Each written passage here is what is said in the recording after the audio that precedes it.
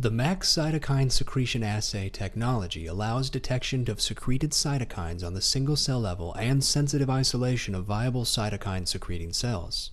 In order to label IL-17-secreting cells, a single-cell suspension of mouse leukocytes is prepared and stimulated at 37 degrees Celsius with PMA ionomycin to induce cytokine secretion. To stop secretion, cells are then placed on ice where they are exposed to the IL-17 catch reagent. Once secretion is reinitiated by increasing the temperature to 37 degrees Celsius, IL-17 is trapped by the catch reagent, a bispecific antibody that binds to CD45 on the cell surface of leukocytes and to IL-17 as it is secreted and caught near the cell surface. Secretion is then stopped again by placing cells on ice. To detect the trapped IL-17, cells are incubated with a second IL-17 specific antibody conjugated to biotin and an anti-biotin PE antibody. Cells can now be directly analyzed by flow cytometry or prepared for isolation and enrichment by subsequent labeling with anti-PE conjugated microbeads.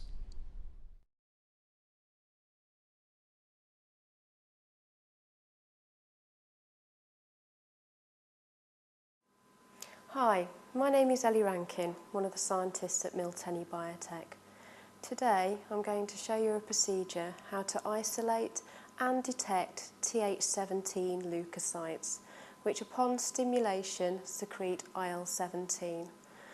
IL-17 plays an important role in the adaptive immunity and inflammatory response, and is also important in driving the autoimmune inflammation.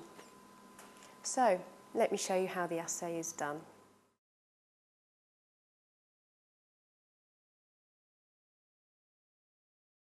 For today's protocol, we need to first make a buffer containing PBS with BSA and 2 millimolar EDTA.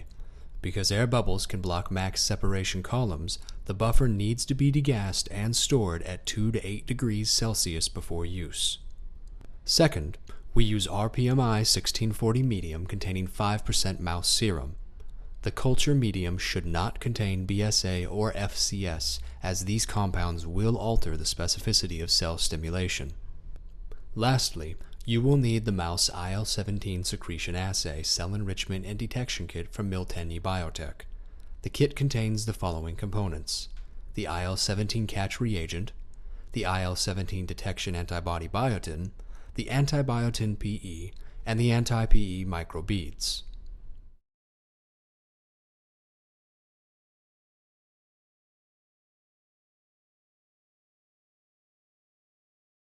Logically, you will likely carry out this protocol with a negative and positive control, such as an unstimulated splenocytes and a counterstain for T cells. For our demonstration, we will focus on the stimulated cells only. This protocol will be carried out using sterile technique. Our protocol begins with a single-cell suspension of mouse splenocytes isolated using the GentleMax dissociator. The concentration of cells should be predetermined via cell counting. Pellet the cells at 200 Gs for 10 minutes at room temperature. Following centrifugation, we aspirate the supernatant off the pellet using a pipette. Do not decant the tube to avoid loss of the pellet. Now the cells should be resuspended in our culture medium and then added to the well. Add sufficient medium for a concentration of 10 million cells per milliliter and 5 million cells per square centimeter. To stimulate an immune response in our resuspended cells, we add ionomycin and PMA to the sample and mix the solution by gently pipetting up and down. Then the wells are labeled accordingly. Now we will incubate our cells for 3 hours at 37 degrees Celsius with no mixing to start the stimulation period. Proceed to IL-17 analysis 3 hours from the onset of stimulation, so plan accordingly. Here, we see stimulated mouse spleen cells. Please note the distinct morphology and cell clustering of stimulated cells. For clarity, we will follow only the stimulated cells from here on. To stop secretion, we collect the stimulated cells by gently pipetting up and down with cold buffer. Cells are then transferred from the well to a tube and are washed a second time. To ensure that all cells are collected, it's a good idea to check your dish under a microscope. If cells still remain attached, You can collect the remaining cells by rinsing the dish with cold buffer. Any cell clumps in your cell suspension can be removed using the pre-separation filters.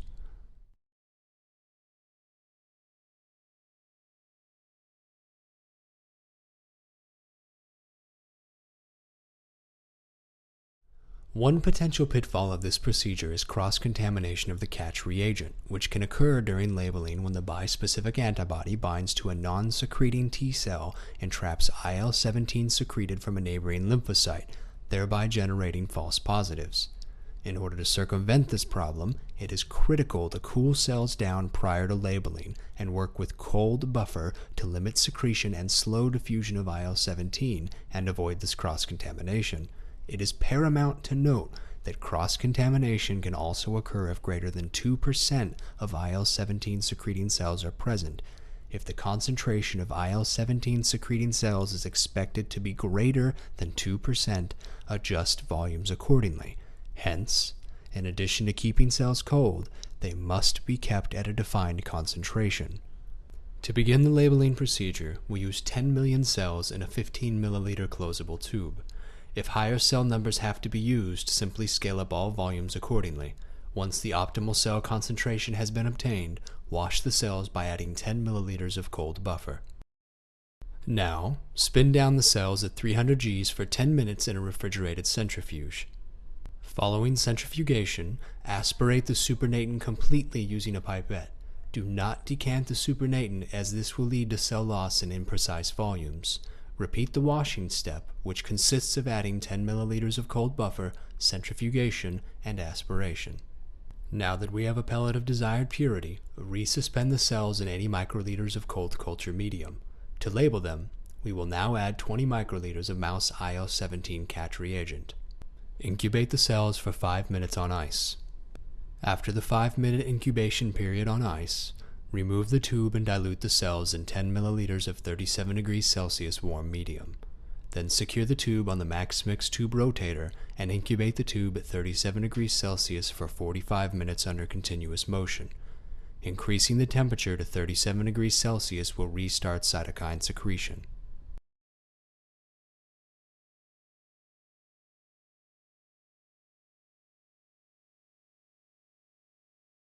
Following the 45-minute secretion period at 37 degrees Celsius, place the tube immediately on ice. This will stop cytokine secretion.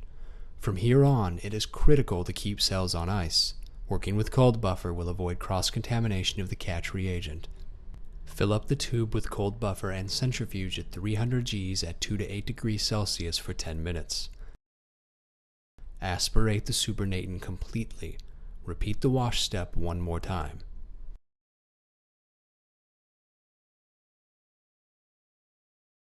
The cell pellet is resuspended in 80 microliters of cold buffer and the tube is placed on ice. To avoid non-specific binding of the antibody, we recommend the addition of 10 microliters FCR blocking reagent and incubate on ice for 5 minutes. Then we add 20 microliters of mouse IL-17 detection antibody that is conjugated to biotin and incubate for 10 minutes on ice. Once again, wash cells as we have done before by adding 10 milliliters of cold buffer and centrifuge at 300 Gs at 2 to 8 degrees Celsius for 10 minutes. Now aspirate and resuspend the cell pellet in 80 microliters of cold buffer.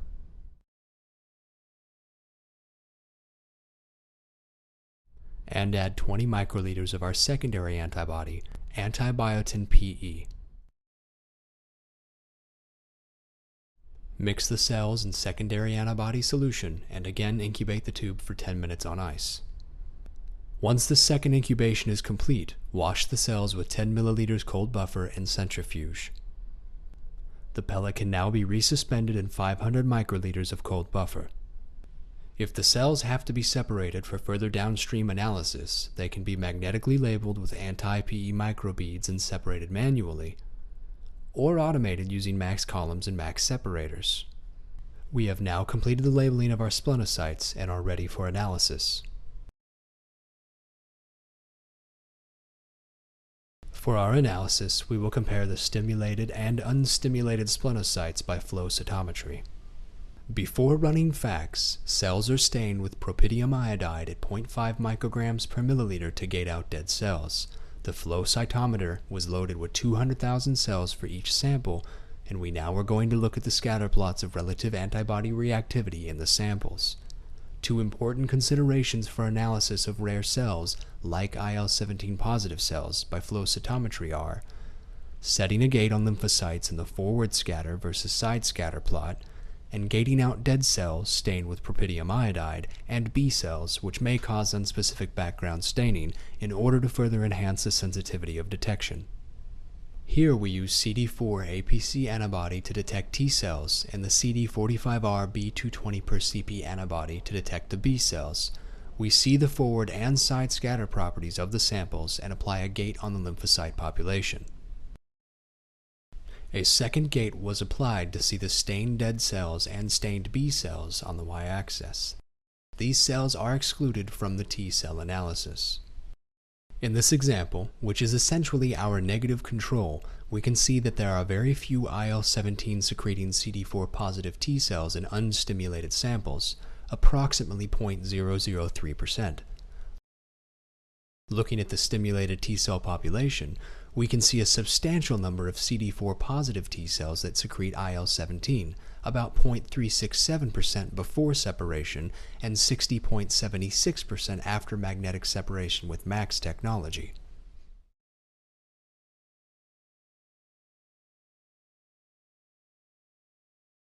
We've just shown you through video documentation how to use Miltenyi Biotech's mouse IL-17 secretion assay for the cell enrichment and detection kit using PE.